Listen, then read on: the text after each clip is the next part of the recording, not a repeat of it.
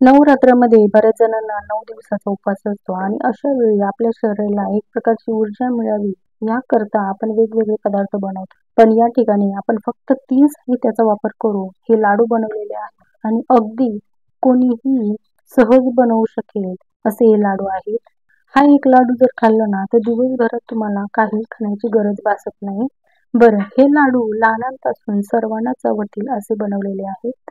तुमचं सगळ्यांचं वैशाली किचनमध्ये मनापासून खूप खूप स्वागत. लाडू बनवण्यासाठी या ठिकाणी आपण शेंगदाणे, किसलेलं खोबरं आणि गूळ घेतलेला आहे. आता शेंगदाणे 1 वाटी घेणार असेल तर खोबरं सुद्धा आपल्याला 1 वाटीच घ्यायचं आहे.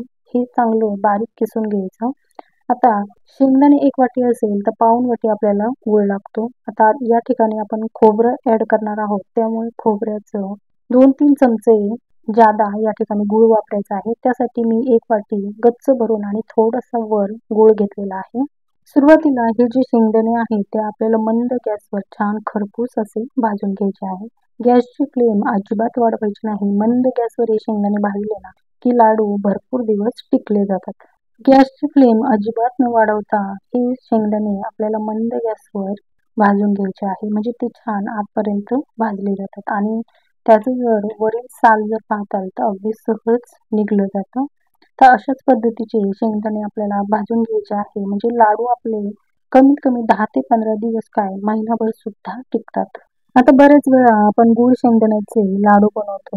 पण कधीतरी या लाडूमध्ये खोबरं जर घातलं ना तर खोबऱ्यामुळे सुद्धा फायबर, जीवनसत्वे, खनिजे भरपूर प्रमाणात आपल्या शरीराला मिळतात.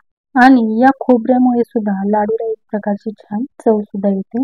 आता या ठिकाणी शेंगदाणे भाजून झालेले पूर्णतः आपल्याला थंड करून घ्यायचे म्हणून मी एका ताटामध्ये हे शेंगदाणे काढून घेतलेले आहे. पूर्ण थंड झालेले शेंगदाणे आपण आता मिक्सरच्या भांड्यामध्ये बारीक दळून घेणार आहोत. तर शेंगदाणे दळत असताना त्याचबरोबर थोडा थोडा गूळ घातला ना तो गूळ सुद्धा छान बारीक दळला जातो आणि तो छान शेंगदाण्यामध्ये एकजीव होतो.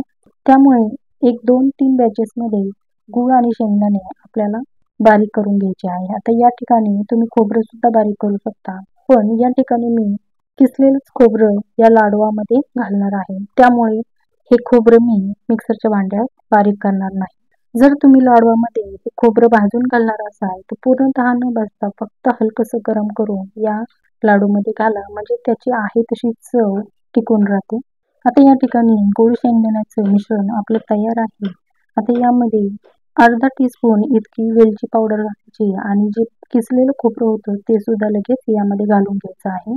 खोबरं घातल्यानंतर हे सर्व पदार्थ आपल्याला हाताच्या साहाय्याने मिक्स करून घ्यायचे आहे. या तिन्ही पदार्थांमध्ये शरीराला मिळणारे पोषणयुक्त असे घटक आहेत. त्यामुळे आवर्जून अशा पद्धतीचे लाडू नक्की करा. म्हणजे नवरात्रामध्ये तुम्हाला अशक्तपणा अजिबात जाणवणार. तर या ठिकाणी मी सर्व मिश्रण एकजीव केलेलं आहे आणि एक लाडू वळून सुद्धा दाखवते. अगदी सहज हाताने हा लाडू वळला जातो. अगदी पहिल्या लाडवापासून ते अगदी शेवटच्या लाडवापर्यंत हे मिश्रण छान जमून येतं आणि लाडू सुद्धा छान वळले जातात. हव्या त्या आकाराचे तुम्ही लाडू या ठिकाणी वळू शकता. आता या इथे तुम्ही पाहू शकता मस्त गोल गरगरीत आपला लाडू तयार आहे. या पदार्थांमध्ये जर तुम्हाला कमी अधिक प्रमाण पदार्थाचं झालं असेल तर तुम्ही ते वाढवू शकता किंवा कमी गोड असेल तर कमी अधिक गोडीचं प्रमाण देखील वाढवू शकता. अगदी सहज सोपे हे लाडू बनवता येतात. ऐनवेळी तुम्हाला घाई असेल तर घाईच्या वेळेला सुद्धा हे लाडू तुम्ही बनवू शकता आणि प्रवासात देखील नेऊ शकता. या लाडूचं मिश्रण इतकं छान तयार होतं की लहान मुले सुद्धा अगदी सहज हे लाडू वळू शकतात. बऱ्याच वेळा अनेक कामांमुळे आपल्या शरीराची देखील झीज होते आणि ही झीज भरून काढण्याचं काम देखील हे लाडू करतात. कारण आपण जे लाडू बनवले ते अगदी पोषणयुक्त आहेत. हे लाडू तुम्ही भरपूर प्रमाणात सुद्धा बनवून ठेवू शकता. अगदी महिनाभर आहे तसेच राहतात. बरेच वेळा मोठे माणसेच काय लहान मुलं सुद्धा अनेक पदार्थ खाण्यासाठी कंटाळा करतात. तर अशा वेळी एक लाडू जरी खाल्ला ना तर अगदी मुलं सुद्धा टुमटुमीत राहतील. तर या ठिकाणी 10-5 मिनिटांमध्ये आपले सर्व लाडू वळून झालेले आहेत आणि मस्त गोल गरगरीत सुद्धा तयार झालेले आहेत. नवरात्रीच्या दिवसामध्ये अशा पद्धतीचे लाडू बनवून ठेवले ना अगदी 10-15 दिवस सहज हे लाडू टिकतात. हे लाडू चवीला इतके छान होतात की 8 दिवसातच संपतात.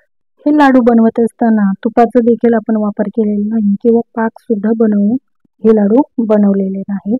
बरं, हे लाडू संपले तरी तुम्ही लगेच बनवू शकता. लाडू बनवण्यासाठी आपण फक्त घरातल्या साहित्याचा इथे वापर केलेला आहे. हवे तेव्हा पाहिजे त्या प्रमाणात तुम्ही हे लाडू बनवू शकता. तर या ठिकाणी एक लाडू मी तुम्हाला फोडून दाखवते. अगदी मस्त दाणेदार हा लाडू आपला तयार झालेला आहे. दिसायला जितके छान दिसतात तितकेच चवीला सुद्धा अप्रतिम होतात. जर तुम्हाला हे लाडू दाणेदार नको असेल तर तुम्ही हे मिश्रण अगदी बारीक सुद्धा दळून घेऊ शकता. हे लाडू बनवण्यासाठी आपल्याला जास्त भांड्यांचा पसारा देखील करावा लागत नाही. तर अशा पद्धतीचे लाडू नक्की बनवून ठेवा. आजचा हा व्हिडिओ तुम्हाला कसा वाटला नक्की कमेंट करून सांगा. व्हिडिओ आवडला असेल तर नक्की एक लाईक करा. चॅनलवर नवीन असाल तर नक्की चॅनलला सबस्क्राईब करा. पुन्हा भेटूया अशी छानशी रेसिपी घेऊन. तोपर्यंत धन्यवाद.